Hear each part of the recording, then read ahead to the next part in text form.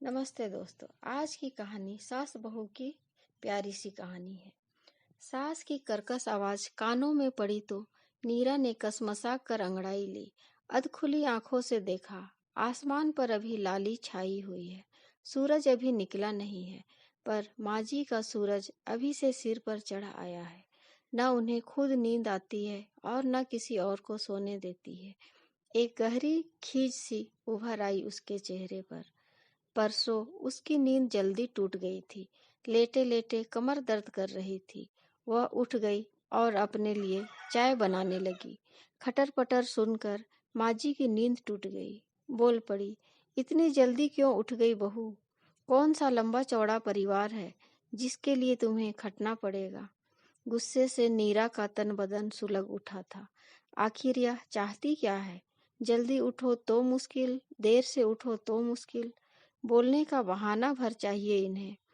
अभी तो उसे यहाँ आए मुश्किल से 2 माह ही हुए हैं, पर लगता है कि मानो 2 युग ही गुजर गए हैं। अभी दीपक को वापस आने में पूरे 4 माह और है। कैसे कटेगा इतना लंबा समय? शुरू से ही संयुक्त परिवार के प्रति एक खास तरह की अरुचि सी थी उसके अंदर।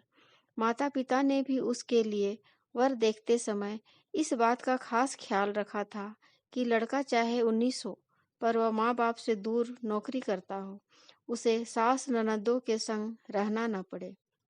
आखिर काफी खोजबीन के बाद उन्हें इच्छा अनुसार दीपक का घर मिल गया था। दीपक का परिवार भी छोटा सा था, माँ बाप और छोटी बहन। वह घर से अलग दूसरे शहर में एक कॉलेज में अध्यापक था। सौम्य और सुदर्शन व्यक्तित्व वाले दीपक को सबने पहली नजर में ही पसंद कर लिया था। शादी के बाद नीरा 8-10 दिन ससुराल रही थी। इन चंद दिनों में ही सबका थोड़ा बहुत स्वभाव उसके आगे उजागर हो गया था। बाबूजी गंभीर स्वभाव के अंतर्मुखी व्यक्ति थे। ज्यादा बोलते या बतियाते नहीं थे, पर उनकी कसर माजी पूरी कर देती थी। माजी जरा तेज तर्रार थी। सारा दिन बकझक करना उनकी आदत थी। ननद सिमी एक प्यारी सी हंसमुख लड़की थी। उसकी हम उम्र थी। माजी हर बात में नुक्ताचीनी करके बोलने का कोई न कोई बहाना ढूंढ लेती थी, पर उनकी इस आदत पर न कोई ध्यान देता था और न उनकी बातों को गंभीरता से लेता था। बाबूजी निरपेक्ष से बस हाँ हूँ करते रहते थे। 10 दिन बाद ही दीपक नौकरी पर वापस गया, तो वह भी साथ चली गई थी। दीपक को कॉलेज के पास ही मकान मिला हुआ था। नीरा ने सुघड़ हाथों से जल्दी ही अपनी गृहस्थी जमा ली। दीपक भी अपने पिता की ही तरह धीर गंभीर था। नीरा कई बार सोचती कि एक ही परिवार में कैसा विरोधाभास है। कोई इतना बोलने वाला है और कोई इस कदर अंतर्मुखी। अभी उसकी शादी को 3 माह ही हुए थे कि दीपक को विश्वविद्यालय की ओर से 6 माह के प्रशिक्षण के लिए जर्मनी भेजने का प्रस्ताव हुआ। नीरा भी बहुत खुश थी। दीपक उसे बाहों में समेट कर बोला था, नीरू, तुम्हारे कदम बड़े अच्छे पड़े। बड़े दिनों का अटका काम हो गया। 6 माह तुम माँ और बाबूजी के पास रह लेना। उनका भी बहू का चाव पूरा हो जाएगा। नीरा जैसे आसमान से गिरी। इस ओर तो उसने ध्यान ही नहीं दिया था। अचानक उसकी आंखें भर आई और वह बोली, नहीं, मैं तुम्हारे बिना वहां अकेली नहीं रह सकती। मुझे भी अपने साथ ले चलो। नहीं नहीं नीरू, यह संभव नहीं है। मैं फेलोशिप पर जा रहा हूँ। वहाँ हॉस्टल में रहकर कुछ शोध कार्य करना है। तुम वहाँ कहाँ रहोगी? 6 माह का समय होता ही कितना है। पलक झपकते समय निकल जाएगा। फिर तो सब कुछ आनन फानन में हो गया। 1 माह के अंदर ही दीपक जर्मनी चला गया। उसे माँ जी और बाबूजी के पास छोड़ते समय वह बोला था, नीरू, माँ की जरा ज्यादा बोलने की आदत है। वैसे दिल की वह साफ है। उनकी बातों को दिल पर न लाना। तुम्हें पता तो है कि वह सारा दिन बोलती रहती है। तुम बस हाँ हूँ ही करती रहना।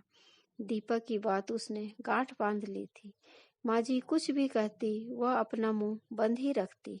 माँ जी की बातों को कड़वे घूंट की तरह गटक जाती, पर उनका छोटी छोटी बातों पर हिदायतें देना और टोकना उसे सख्त नागवार गुजरता। सिमी न होती तो उसका समय बीतना और मुश्किल हो जाता। वही तो थी जिसके साथ हंसकर वह बोल बतिया लेती थी।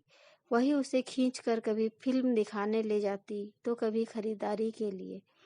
दीवार घड़ी ने टन टन करके 6 बजाए तो वह चौंक पड़ी। अभी माँ जी को बोलने का एक और विषय मिल जाएगा। वह न जाने किन सोचों में डूब गई। जल्दी से उठी और दैनिक रीतियों से निर्वृत्त होकर रसोई में जाकर आटा गूंथने लगी।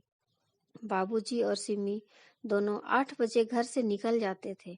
तभी सिमी आकर जल्दी मचाने लगी। भाभी जल्दी नाश्ता दो, आज मेरा पहला घंटा है। नीरा के कुछ बोलने से पहले ही माँ जी बोल पड़ी, जरा जल्दी उठ जाया करो बहू, मैं तो गठिया के मारे उठ नहीं पाती हूँ। अब सबको देर हो जाएगी। हम तो सास के उठने से पहले ही मुंह अंधेरे सारा काम कर लेते थे। क्या मजाल जो सास को किसी बात पर बोलने का मौका मिले। हो गया तुम्हारा भाषण शुरू, बाबूजी गुस्से से बोले। अभी सिर्फ 7 बजे हैं और सिमी को जाने में पूरा 1 घंटा बाकी है। तुम चुप रहो जी, माँ जी बोली। पहले बेटी को सिर चढ़ाया, अब बहू को माथे पर बिठा लो। नीरा चुपचाप पराठे सेकती रही। सिमी बोली, कभी माँ मौन व्रत रखे तो मजा ही आ जाए। नीरा के होठों पर मुस्कान आ गई। सिमी पर भी माँ जी सारा दिन बरसती ही रहती थी। कॉलेज से आने में जरा देर हो जाए तो माँ जी आसमान सिर पर उठा लेती थी। प्रश्नों की बौछार सी कर देती। देर क्यों हुई, घर पर पहले बताया क्यों नहीं, आदि। सिम्मी झल्ला कर कहती, बस भी करो माँ, जरा सी देर क्या हो गई, तूफान मचा दिया। मैं कोई बच्ची नहीं हूँ जो खो जाऊंगी। आजकल अतिरिक्त कक्षाएं लग रही है, इससे देर हो जाती है। तुम्हें तो बोलने का बहाना भर चाहिए। बेटी के बरसने पर माँ जी थोड़ी नरम पड़ जाती, फिर धीमे स्वर में बड़बड़ाने लगती। सिम्मी तो बेटी है, माँ जी से तुर्की ब तुर्की सवाल जवाब कर लेती है, पर वह तो बहू है, उसे अपने होठ सीकर रखने पड़ते हैं। बिना बोले यह हाल है। जो कहीं वह भी सिमी की तरह मुंह तोड़ जवाब देने लगे तो शायद माँ जी कयामत ही बर्पा कर दे। माँ जी और बाबूजी का दिल रखने के लिए ही तो वह यहाँ रह रही है, वरना क्या इतने दिन वह अपने मायके में नहीं रह सकती थी। बाबूजी और सिमी चले गए। वह भी रसोई का काम निपटा कर नहा धोकर आराम कर रही थी। पड़ोस से कुंती की माँ आई हुई थी। वह चाय बनाने लगी। बाहर महरी ने टोकरे में बर्तन धोकर रखे थे। कांच का गिलास निकालने लगी तो जाने कैसे गिलास हाथ से छूटकर टूट गया। माँ जी बोल पड़ी, बहू ध्यान से बर्तन उठाया करो, महंगाई का जमाना है, इतने पैसे नहीं है जो रोज रोज गिलास खरीद सके। जब अपनी गृहस्थी जमाओगी तब पता चलेगा। बाहर वालों के सामने भी माँ जी चुप नहीं रह सकती। नीरा की आंखों में क्रोध और क्षोभ के आंसू आ गए। चाय देकर वह अपने कमरे में आकर लेट गई। उसने कभी अपने माँ बाप की नहीं सुनी और यहाँ दिन रात माँ जी की उल्टी सीधी बातें सुननी पड़ती है। रात खाने के समय नीरा ने देखा कि दही अभी ठीक से जमा नहीं है। माँ जी का बोलना फिर शुरू हो गया, तुमने बहुत ठंडे या बहुत गर्म दूध में खट्टा डाल दिया होगा, तभी तो नहीं जमा दही।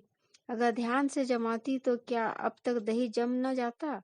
दीपक को तो दही बहुत पसंद है, पता नहीं तुम वहां भी दही ठीक से जमा पाती होगी या नहीं।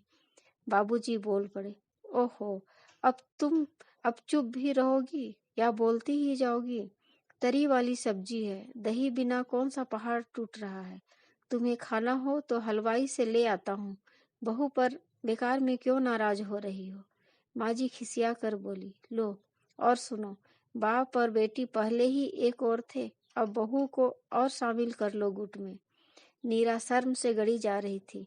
माँ जी के तो मुंह में जो आया बोलने लगती है, किसी का लिहाज नहीं। खाना खाकर वह कमरे में आई तो उसके मन में क्रोध भरा था। अब वह यहाँ हरगिज नहीं रह सकती। 2 माह जैसे तैसे काट लिए हैं, पर अब और नहीं रहा जाता। उसकी सहन शक्ति अब खत्म हो गई है। हर बात में टोका टाकी, भाषणबाजी, आखिर कहाँ तक सुन सकती है वह। कभी कपड़ों में नील कम है तो कभी बैगन ठीक से नहीं भुने हैं, कभी चाय में पत्ती ज्यादा है तो कभी सब्जी में नमक कम। बिना वजह छोटी छोटी बातों में लंबा चौड़ा भाषण झाड़ देती है। बर्दाश्त की भी हद होती है। अब वह यहाँ और नहीं रहेगी। वह उठकर भैया को खत लिखने लगी। मायके में जाकर दीपक को भी पत्र डाल देगी कि भैया लेने आ गए थे, सो उनके साथ जाना पड़ा उसे। सुबह माँ जी की आवाज़ कानों में पड़ी, उठो बहू, सुबह हो गई है। वह उठने लगी तो उसे अचानक चक्कर सा आ गया। उसने उठने की कोशिश की तो कमजोरी के कारण उठा न गया। हल्की झुरझुरी सी चढ़ रही थी, सारा बदन टूट रहा था। वह फिर लेट गई और बोली, माँ जी मेरी तबीयत ठीक नहीं है। क्या हुआ तबीयत को? यह कहती माँ जी उसके कमरे में आ गई।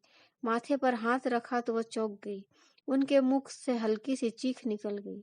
अरे तुम्हारा माथा तो भट्ठी सा तप रहा है बहू। फिर वहीं से वह चिल्लाई, सुनो जी जरा जल्दी इधर आओ। अब क्या आफत है? बाबूजी भुनभुनाते हुए कमरे में आ गए। बहू को तेज बुखार है, जल्दी से जरा डॉक्टर को बुला लाओ। बाबूजी तुरंत कपड़े पहनकर डॉक्टर को लेने चले गए। माँ जी नीरा के सिरहाने बैठकर उसका माथा दबाने लगी। ठंडे ठंडे हाथों का हल्का हल्का दबाव नीरा को बड़ा भला लग रहा था। कुछ ही देर में बाबूजी डॉक्टर को लेकर आ गए। डॉक्टर नीरा की अच्छी तरह जांच करके बोले, दवाएं मैंने लिख दी है, इस हालत में अधिक तेज कैप्सूल तो दिए नहीं जा सकते। किस हालत में? माँ जी पूछ बैठी। यह गर्भवती है। डॉक्टर बोला, बुखार ठंड से चढ़ा है, तुलसी अदरक की चाय भी पिलाती रहे, 2-1 दिन में बुखार उतर जाएगा। माँ जी के आगे एक नया रहस्य खुला। नीरा ने तो इस बारे में उन्हें बताया ही नहीं था। वह बड़बड़ाने लगी, अजीब लड़की है यह। अरे मैं सास सही, पर सास भी माँ होती है।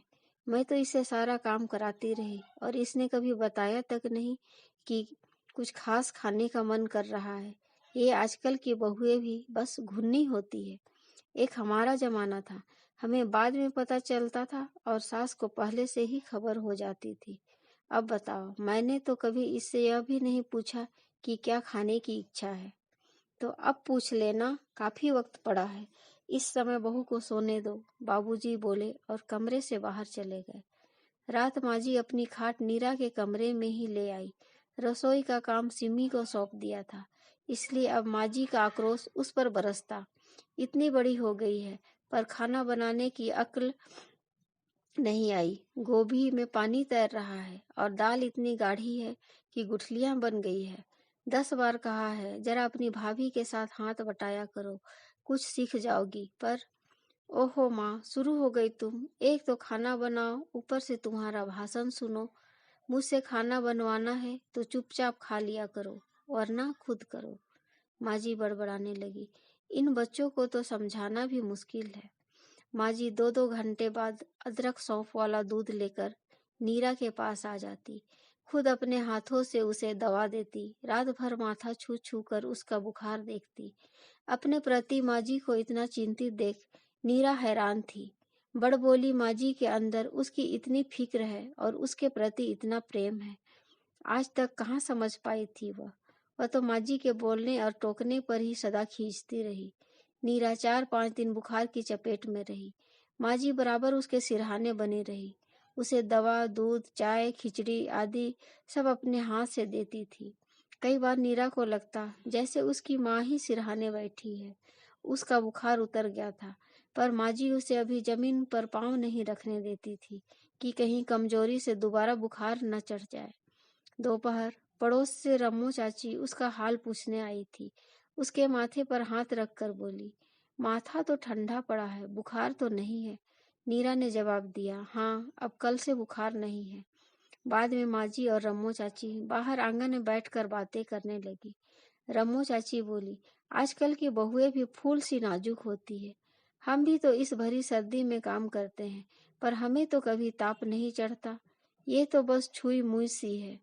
फिर फुसफुसा कर बोली, अरे बहू को बुखार भी है या यूं ही बहाना किए पड़ी है। आजकल की बहुएं तो तुम जानो ऐसी ही होती है।